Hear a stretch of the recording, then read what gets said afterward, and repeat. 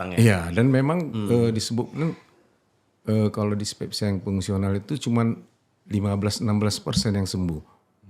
Jadi maksudnya kalau ada 100 pasien saya gitu hari ini, itu yang 15-16 saya sembuh. Bahkan nanti ke Penang, ke Singapura ya.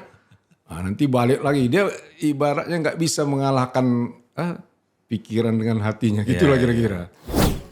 Bahwa dokter itu berkewajiban mengedukasi pasiennya. Yang dispepsia. Nah, ini perlu nih supaya pemirsa podcast Cipla ini memahami Iya. apakah dokter apakah pasien ini, Dok, bisa meminta ke dokternya, "Dok, jelaskanlah, saya belum paham, ini gimana?" Sebenarnya kalau asam lambung di sini-sini aja berobat ya. Banyak dokter-dokter yang di Medan ini yang udah ahli-ahli lah, yang sudah expert ya di bidang asam lambung ini ya.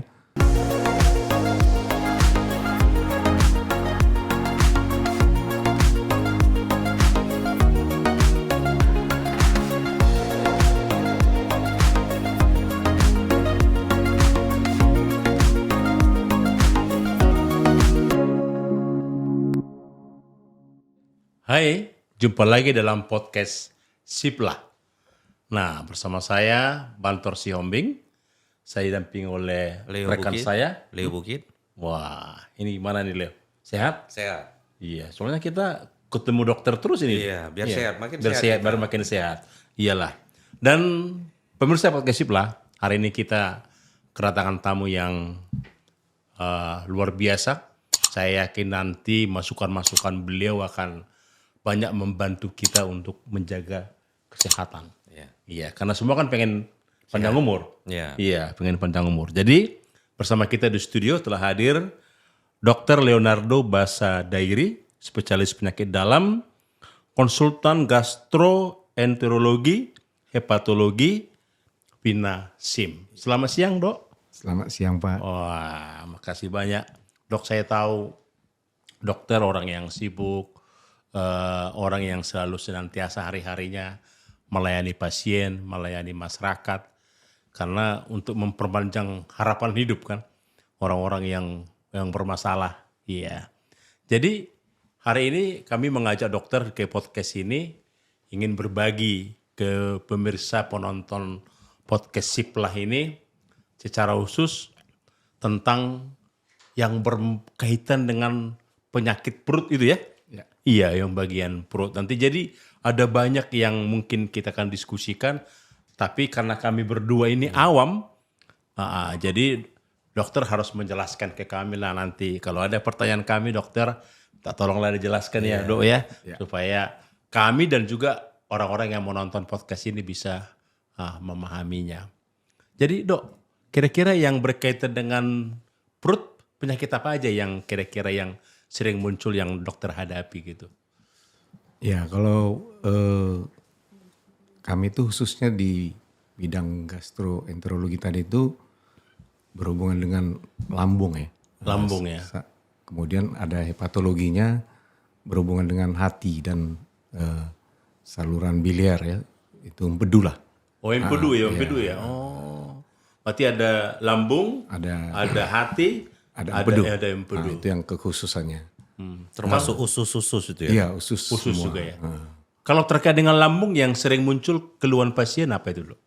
Sebenarnya yang paling banyak itu keluhan-keluhan yang simpel ya. Itu yang masyarakat biasa bilang asam lambung ya. Asam lambung ya. Sebenarnya itu nama penyakitnya itu dispepsia. Dispepsia itu sebenarnya hanya berupa keluhan. Keluhan yaitu bisa berupa sakit pada ulu hati, bisa discomfort, perasaan tidak enak, bisa rasa penuh, gembung, lekas kenyang, hingga bisa rasa terbakar ya, sama sendawa. Kalau itu rasa semua. penuh itu kayak begah itu. Iya, begah ya. Iya. Oh. Perasaan tidak enak itu. Itulah gejala awal yang untuk dia mengalami asam lambung gitu. Iya. Apakah itu berbahaya, Dok, kalau orang udah mengalami gejala awal seperti itu? Sebenarnya kalau yang tadi yang termasuk acid reflux disease ini ada dispepsia, ada gastritis, ada tuka, dan diakhiri dengan di ujungnya itu kanker lambung. Oh itulah apa ya tingkatan-tingkatannya Iya, ya. kalau Di awalnya tadi Dispepsia aja. dispepsia, baru ada Gastritis. gastritis, Itu, terus tuka. tukak, Tuka itu barulah kanker. kanker. Tuka ini seperti apa, Dok? Borok ataupun kalau ada panas dalam di mulut kita, biasa panas dalam itu stomatitis, gitulah keadaan di Di dalam ya. Iya. Dia amandel di sini ya. Iya. Kalau panas dalam. Tapi kalau dicegah dari awal nggak sampailah ke tingkatan-tingkatan lebih lanjut ya. Iya, bisa di prevention memang.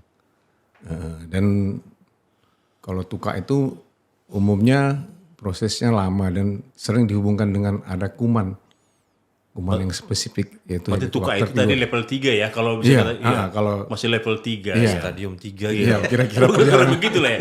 Jadi kalau misalnya orang kena asam lambung lah, udah tadi mengalami gejala, merasa begah, lalu dia merasa ulu hati sakit, dan gejala-gejala yang dokter sampaikan tadi, apalah yang harus dilakukan oleh pasien yang mengalami gejala seperti itu? Ya, jadi sebenarnya itu kan tadi yang dispepsia ya, itu dispepsia itu gejala yang awal itu hanya berupa keluhan. Jadi memang kita anjurkan supaya berobat ke dokter lah, berobat ke dokter, terus kita amati biasanya. Jadi kalau kita terapi ya, kalau tapi dia kronis, umpamanya 3 bulan gak ada perbaikan, mungkin akan kita adakan tingkat lanjutan investigasinya, pemeriksaan lanjutan. Yang paling penting itu endoskopi, mungkin udah biasa dengar ya. Oh, berarti ada dimasukkan kamera ke dalam mulut. Apakah dia sudah masuk ke gastritis atau ke tukak lambung tadi? Oh, untuk mengetahui apanya Iya, ya?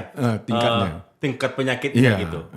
Tapi enggak baru seminggu langsung di gastroskopi. enggak. Itu enggak. Ini setelah melalui observasi lah ya. Iya. Dia mati. Iya, diobatin ya. Kasih obat kalau hilang ya nggak masalah.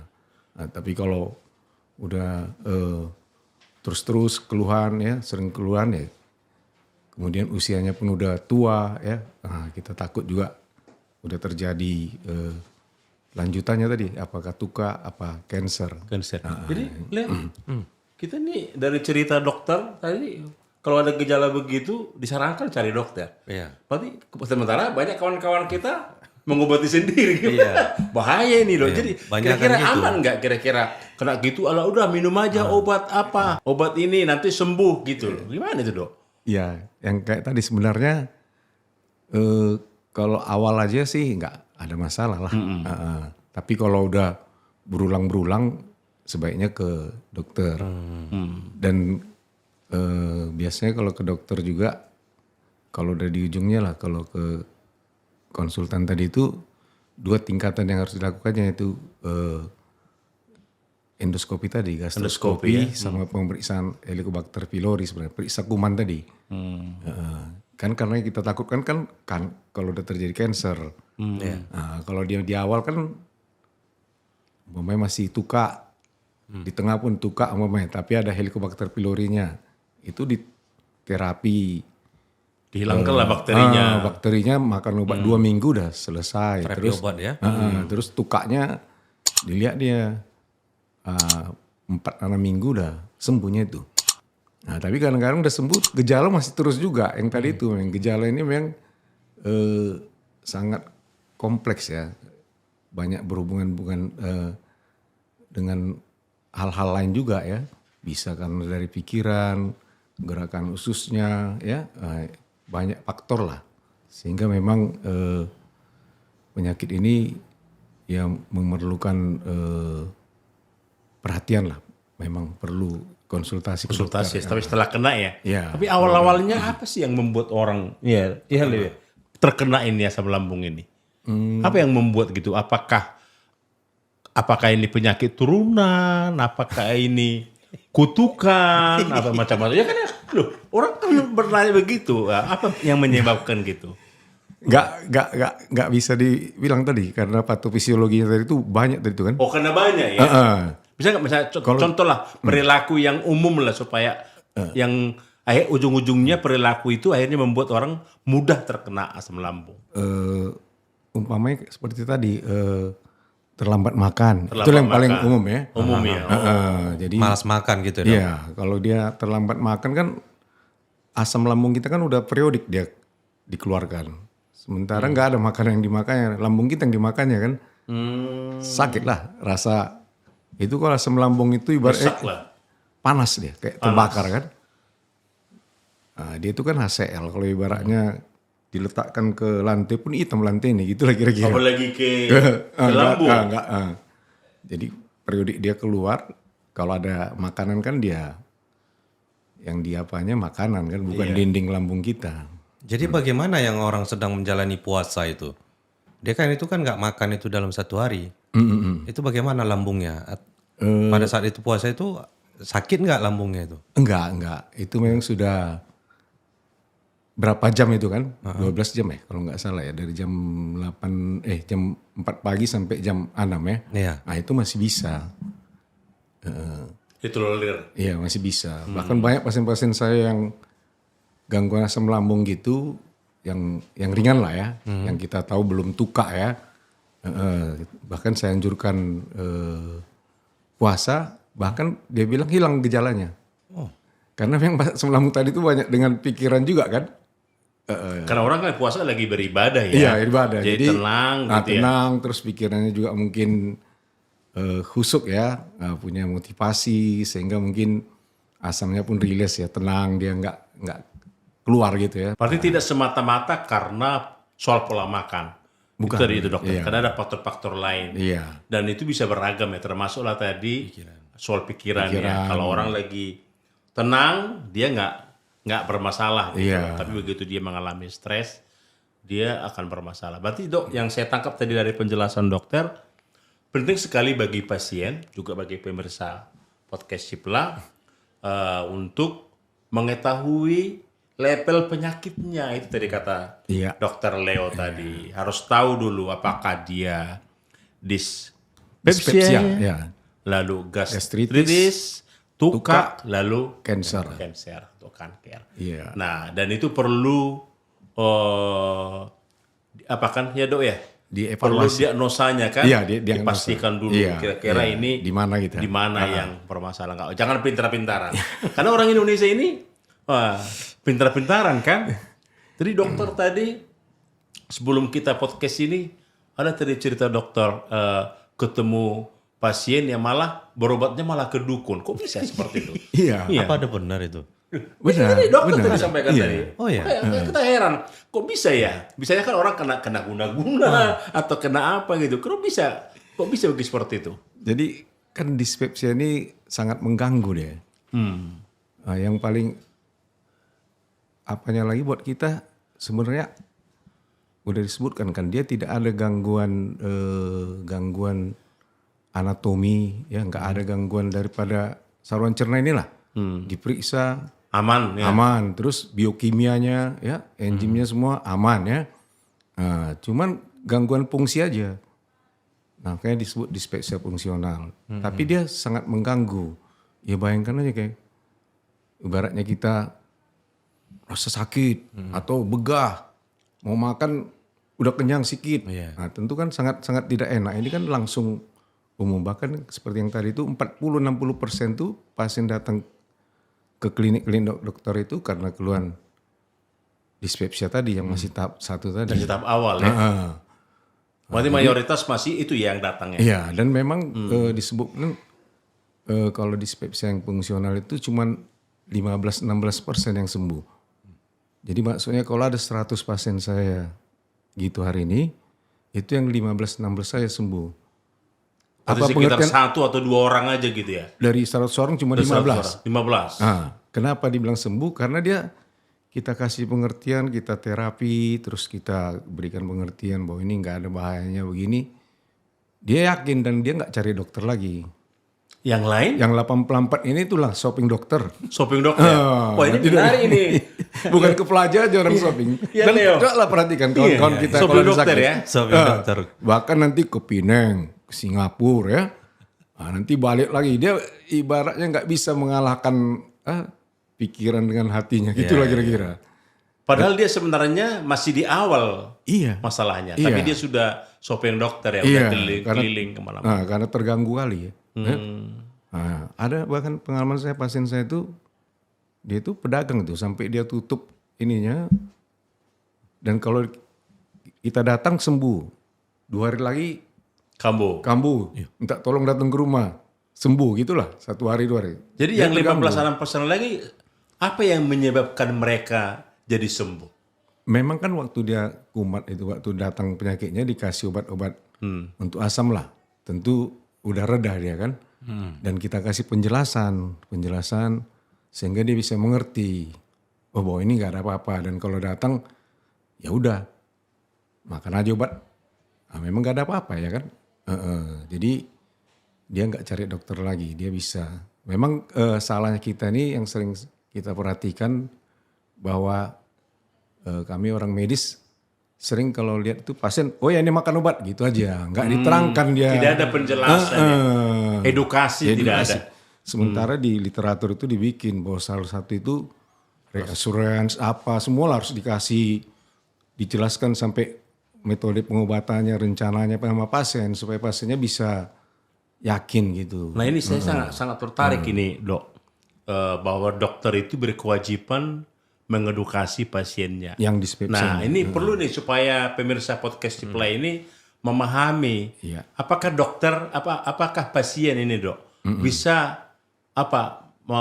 meminta ke dokternya, dok jelaskanlah, saya belum paham, ini gimana, bisa nggak seperti itu? Iya harusnya gitu, dan dokter harusnya berkewajiban itu. Ada nggak kode etik yang mengatur itu? Iya memang ilmunya memang itu sebenarnya. Itu Kalau ya? kalau asam lambung itu, kalau yang awal itu harus betul-betul kita bisa memberi pengertian ke pasiennya. Berarti banyak orang yang karena tidak memahami, Iya, akhirnya jadi shopping dokter. shopping dokter. Berarti ada juga faktor yang mendua dia. Seandainya dijelaskan dengan Baik. baik, lalu pasiennya memahami. Iya, biasanya. Apakah ini? Jadi saya jadi tertarik. Apakah memang gejala awal dari asam lambung ini yang dispepsia itu, apakah akan terus ada atau ada pada makin menurun dia, akhirnya hilang sama sekali? Gimana menurut? Itu akan berulang-berulang dia. Artinya tidak akan hilang. Tapi kalau yang buat 15-16 tadi, dia bisa yakin terus hilang lah. Karena namanya kita hidup kan, Hidup, kadang tapi salah makan, maksudnya, kadang ini. Iya, maksudnya apakah itu di masa depan bisa kembali berulang lagi gitu? Oh iya. Oh. Ya contohnya kita aja sehari-hari kan pasti kadang-kadang merasa perut tidak enak ya kan. Kalau terlambat makan atau apa. Karena perut ini kan sangat sensitif saya rasa ya. Berarti siapapun bisa terkena masalah ini. Iya. Iya, tidak harus misalnya dalam kondisi tertentu gitu. Iya makanya tadi yang pertama saya bilang tuh. Di poliklinik itu kalau ditanya penyakit 4 asam lambung itu semua itu. Semua, maaf cakap orang hamil pun keluhannya perutnya mual. Ya. Perutnya tidak enak kan gitu-gitu yang sering. Jadi memang sangat berhubungan lah. Nanti orang sakit paru umpamanya makan obat apa nanti mual ya. Semua memang perut ini sangat connect kemana-mana gitu ya. Wah, Kalau jadi saya rasa. Kalau kita dok misalnya ini tidak ingin terkena penyakit asam lambung itu, apa yang harus kami lakukan gitu supaya ini kan karena katanya kan mencegah lebih baik dari mengobati. Iya. Gimana dok? Apa yang harus kami lakukan sebagai masyarakat, orang awam supaya kami jangan terkena asam lambung ini? Iya, mungkin yang paling bisa itu kita makannya lah, makan itu teratur ya. Dan kalau udah terkena itu bahkan kita anjurin tiap 3 jam dia makan dia isi. Tidak perlu banyak tapi ada masuk gitu ya. Jadi kalau istilahnya mulai sebelum lapar, berhenti sebelum kenyang. Nah, kalau dia kenyang kali pun, kalau ilmu yang dulu itu kalau dia tukaknya di usus 12 jari itu sakit dia. Sakit ya? Nah, karena dia kena ke bawah. Nah, jadi kalau sekarang memang nggak gitu lagi ya polanya. Tapi memang prinsipnya kita makan sebelum lapar, berhenti sebelum kenyang. Sebelum kenyang. Terus pola makannya juga dilihat lah. Kalau udah kita kena asam lambung, jangan lagi minum soda-soda. Ya, Oh soda gas. ya, soda. Ini perlu dicatat ya untuk pemerintah podcast. Jangan lagi minum soda kalau sudah ada gejala asam lambung. Iya, Pak, yang terus Dok? gas-gas ya. Yang gas-gasan ya. Seperti Alkohol boleh nggak? kopi, itu kopi paling jahat. Kopi. Alkohol? Alkohol iya. Kopi kan ada 2 jenis Dok. Semua jenis kopi. Arabica dengan Semua jenis kopi no. semua jenis kopi. Iya. Waduh, gimana nih Leo? Abang udah kena itu? Enggak, aku enggak kena. Justru ini mau dijaga. Oh, gitu. Makanya jangan kena asam lambung supaya aman minum kopi. Iya. Apalagi Dok? Wah, yang menarik ini. Soda, kopi, Alkohol. Alkohol ya. alkohol nggak bisa sama sekali. Rokok pun ada pengaruhnya sedikit. Rokok walaupun sedikit ya, ya. rokok ya. Kayak coklat-coklat pun nggak boleh ya. Coklat ya. Kalau sayur itu kol ya. Kol itu nggak boleh ya. Kol, untuk sayur, kol jangan. Sayur putih itu? Iya. Itu kol ya kalau putih. Enggak, beda, Sayur beda, kol. beda. Sayur putih kan beda. Itu sayur bolong kan? Bukan ini kol. Karena Gas ya. apakah termasuk juga apa? Katanya nangka. Ya nangka ya. Buah sayur Nangka ya. Yang bukan yang makan langsung makan mentah maksudnya yang nangka, yang Oh, buah nangka. buah nangka. Iya. Cuman memang sering pasien, dok saya udah makan bubur 6 bulan kayaknya. Dia dengan senangnya pula bilang sama kita kan, siapa yang anjurkan saya? Oh nggak ada itu ya? Sering lah. Nggak ada. Jadi Nggak diet, ada ya. diet bubur enggak? Nggak ada ya. Berarti berisi perut. Iya. Jadi saya bilang ya kalau kamu kerja capek, umur masih muda, kalau hidup 50 tahun lagi makan bubur aja untuk apa sih? Ya kan Pak kan? Ngapain kaya? Iya, nggak ada makan bubur ya kan? Waduh, gawat itu Tapi kan. pasien suka gitu dengan bangganya cerita ke Cerita kita. bubur. Saya udah makan bubur 6 bulan. Ih, Kalau orang Batak itu kayak cakep lah. Gimana mau? Karena nggak ada pesta yang menyediakan bubur. Iya. Makanya memang sering salah. Dan yang paling penting sebenarnya yang paling kita takutkan itu Helicobacter pylori tadi. Kuman itu yang penyebab kuman itu ya. kanker. Begitu dia terluka, berarti dia sudah level tukak ya. Iya, tukak. Tukak baru masuk bakterinya, itu yang bisa jadi kanker. Jadi itu sering kalau hygiene-nya kurang bersih. Jadi kalau makan itu dianjurkan harus Cuci tangan, sayur pun harus bersih ya, harus masak lah. Jadi memang penelitian-penelitian di Tiongkok itu banyak ya, di Jepang juga dulu banyak HP itu. Helicobacter pylori. Dulu kan angka Karena kebiasaan makan apa? yang nggak Misalnya masak-masak ya, iya, mungkin ya. Mungkin ya tiram mentah dan lain-lain ya. Iya. Jadi kan dok, penyakit gastro ini bisa menyebabkan kematian nggak ya? Yang tadi kalau dia masih dispepsia itu, kalau bahasa kedokternya mortality rate-nya 0%. Apa artinya? Nggak ada orang mati kalau masih gejala awal. Ya, kalau gastritis pun dia kecuali dia gastritis mengakibatkan umpamanya erosif dia. Kalau erosif itu akibat obat-obatan umpamanya. Ya. Nah, kalau dia tuka umpamanya itu, dan tuka itu kalau sudah komplikasi tuka itu kan bisa, kalau sering kita jumpa kawan atau keluarga, bocor ususnya katanya. Nah, itu perforasi kan, atau BAB hitam, ya BAB hitam, berak darah, muntah darah kan, dia muntah darah, berak darah, itulah komplikasi tuka. Itu yang bisa mati deh kalau sampai situ. Tapi kalau masih dispepsia awal aja, nggak mati. Paling dia merasa nggak nyaman. Tapi terganggu. Hidup sangat terganggu. Dan biasanya kan itu yang paling banyak kita jumpai. Kalau yang di ujung-ujung itu udah sedikitnya itu. Sudah sedikit ya. Apalagi kalau cancer tadi itu sejak jumpa Helicobacter pylori sebagai penyebab utama kanker katanya tahun 83, itu sekarang udah menurun dia dari data-data. Makanya endoskopi tadi sangat penting ya dok ya. Iya. Untuk mengetahui tingkat penyakitnya gitu loh. Nah ini dok, ini tadi ada juga yang menitip pertanyaan tadi. Karena kan di awam belakangan ini asam lambung ini istilahnya populer. Tapi sebelumnya kan ada orang mengenal MAH. Lalu ada GERD katanya. Kira-kira apa bedanya dok atau apa persamaannya supaya kami juga tahu dengan pemirsa podcast ini.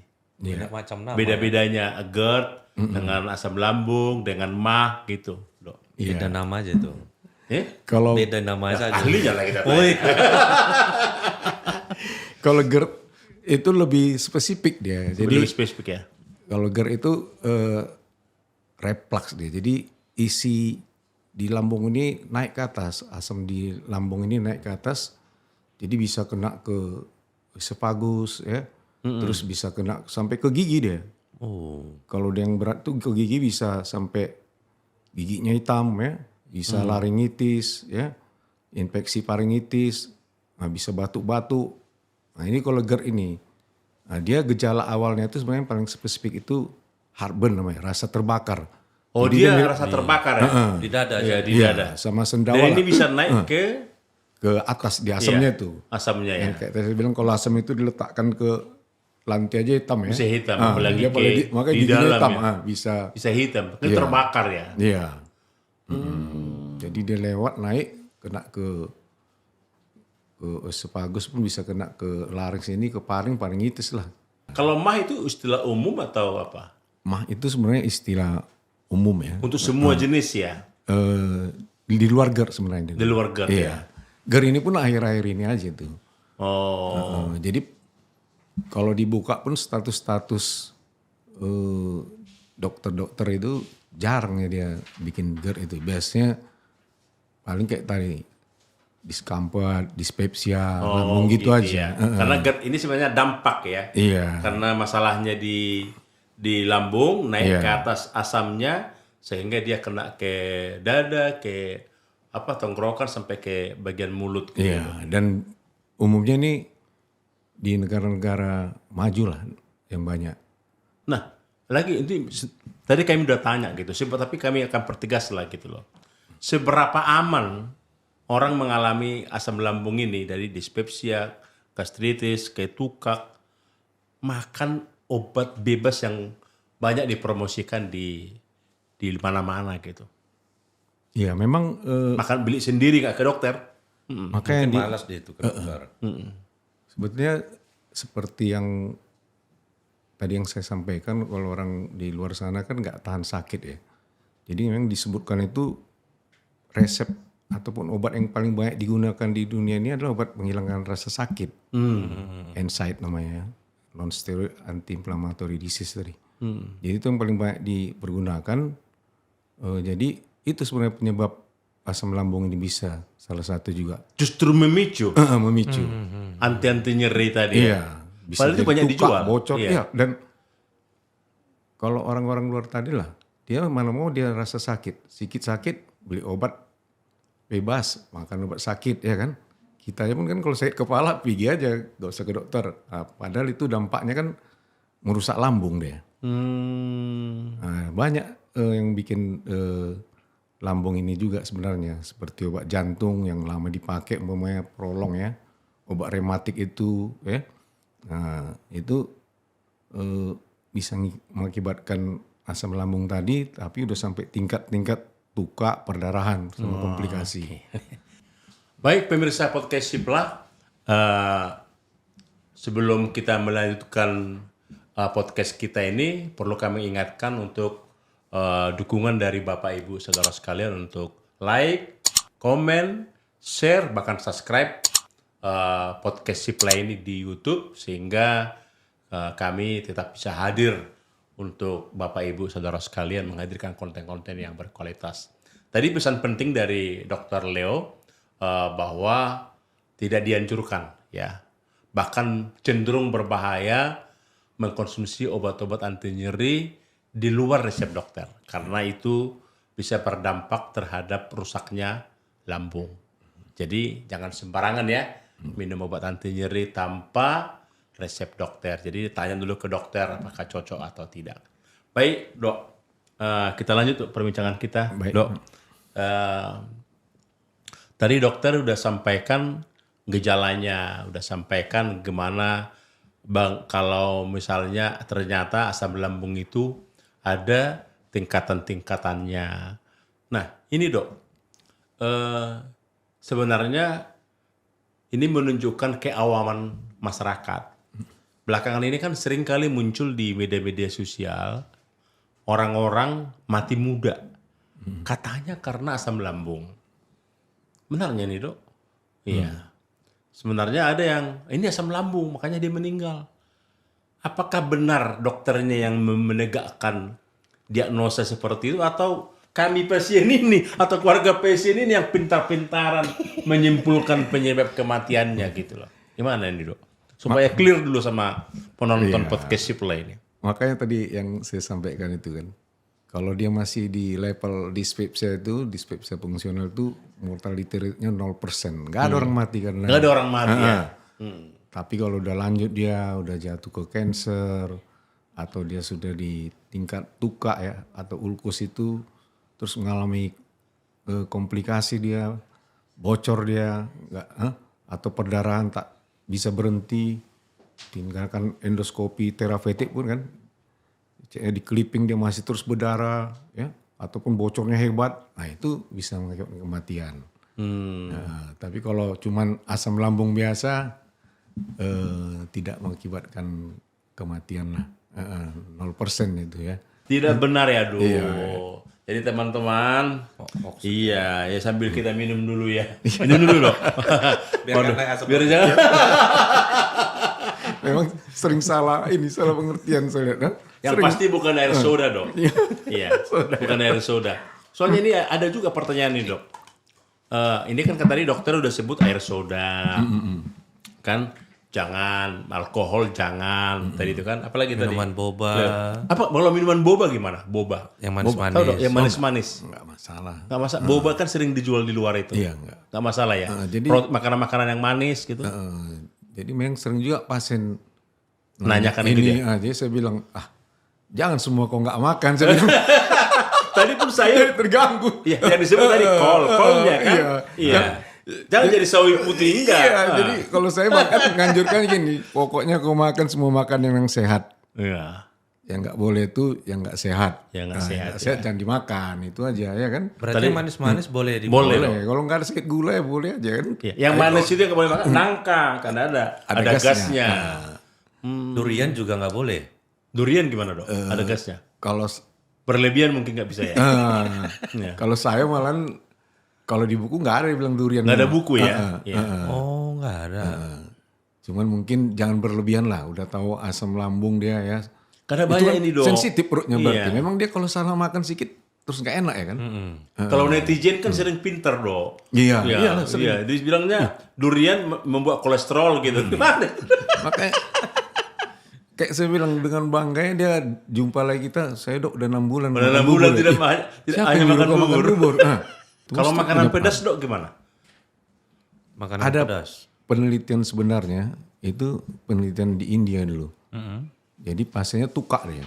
Tuka ya. Ada tuka di endoskopi terus disemprotkan cabai sama yang satu lagi di endoskopi nggak disemprot cabai.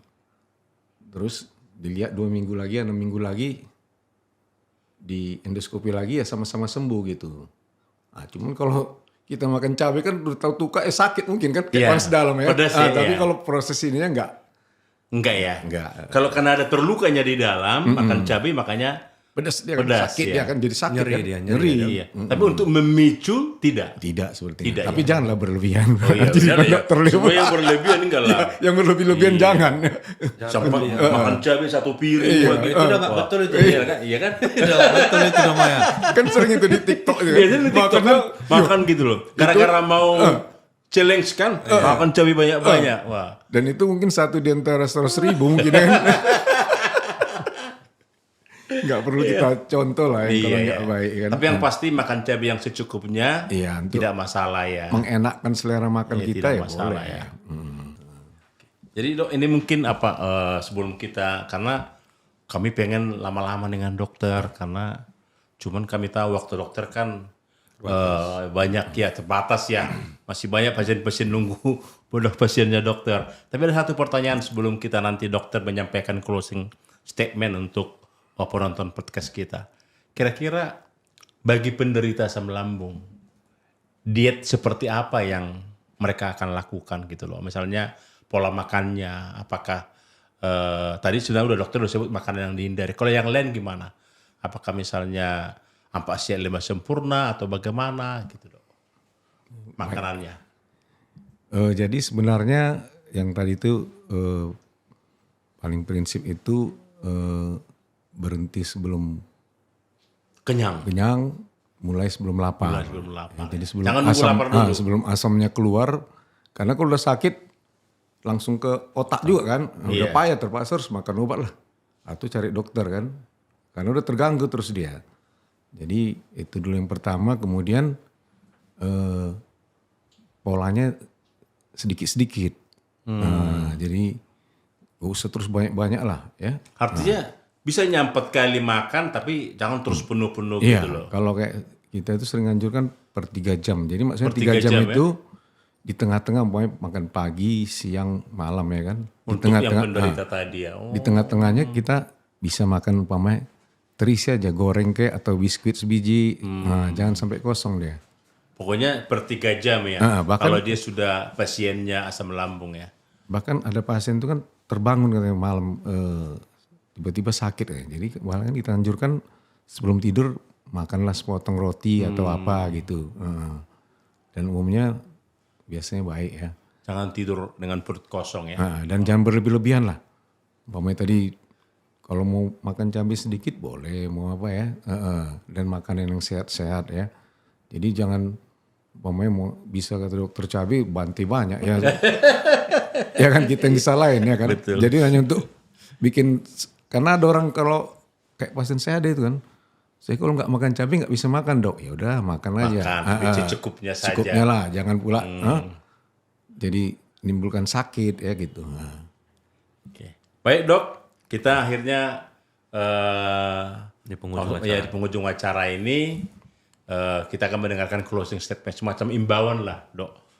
Bisa menghimbauan supaya pemirsa podcast kita ini bisa untuk apa yang mereka lakukan ketika menghadapi gejala asam lambung yang seperti dokter sampaikan tadi. Baiklah ya, terima kasih. Sebenarnya yang paling penting saya rasa di era sekarang ini asam lambung itu bisa diobati di kita ya. Itu yang paling penting ya. Yang paling kita anjurkan itu nggak usah lah beramai-ramai mesti berkunjung ke tempat lain, apalagi keluar ya, seperti ke Penang.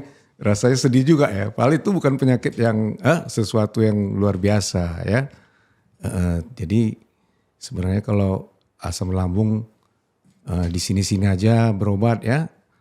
Banyak dokter-dokter yang di Medan ini yang udah ahli-ahli lah, yang sudah expert ya di bidang asam lambung ini ya. Karena juga sering itu setelah berobat nanti ke Penang, ke Singapura toh balik juga, dan ini nggak ada ininya lah. Tapi kalau memang sudah tuka nanti itu perlu pengobatan itu pun tidak terlalu berini kali ya, berbahaya sekali, itu bisalah ditanggulangi di sini. Apalagi kalau tahu Helicobacter pylori tadi yang saya bilang penyebab kankernya itu diobati 2 minggu anti Helicobacter pylorinya, antimikrobanya, kemudian dikasih PPI-nya obat asam lambungnya 4-6 minggu, itu udah sembuhnya itu. Tapi memang kadang-kadang keluhan-keluhan tadi ada masih dispepsianya. Kalau dispepsia itu tadi pengertian-pengertian tadi, kalau pasien bisa merasa nyaman selesainya. Jadi itu yang paling penting ya. Dan satu lagi mungkin penting, tadi tuh pemakaian obat-obat NSAID itu jangan sembarangan ya. Itu yang sebenarnya Pemicu. Pemicu. Jadi kalau dibikin dia angka perdarahan, perforasi itu belum menurun dari 3 dekade sebelumnya sama yang sekarang. Apalagi sekarang orang sakit sedikit makan obat anti sakit ya. Nah, itu bisa memicu lambung ya, asam lambung. Jadi disebutkan perforasi sama apa masih tetap, tapi cancer sudah menurun karena dijumpai Helicobacter pylori tadi. Jadi kita pun bersyukur ya sejak 83 ditemukan itu sudah jauh penurunan tadi. Mungkin yang bisa. Baik, terima kasih dok. Udah hadir di podcast kita. Dan juga bagi pemirsa kami tadi udah mendengarkan paparan dari Dr. Leonardo, udah membahas tentang asam lambung, bagaimana cara menanganinya. Penting sekali Bapak Ibu ketahui bahwa kita sebelum bertindak sendiri, janganlah cari dokter dulu sehingga mengetahui tindakan apa yang harus kita lakukan. Baik Bapak Ibu, terima kasih telah menonton podcast Sipla. Jangan lupa untuk like, comment, share supaya lebih banyak lagi konten-konten kita yang lebih bagus ke depan. Baik, Horas Sipla.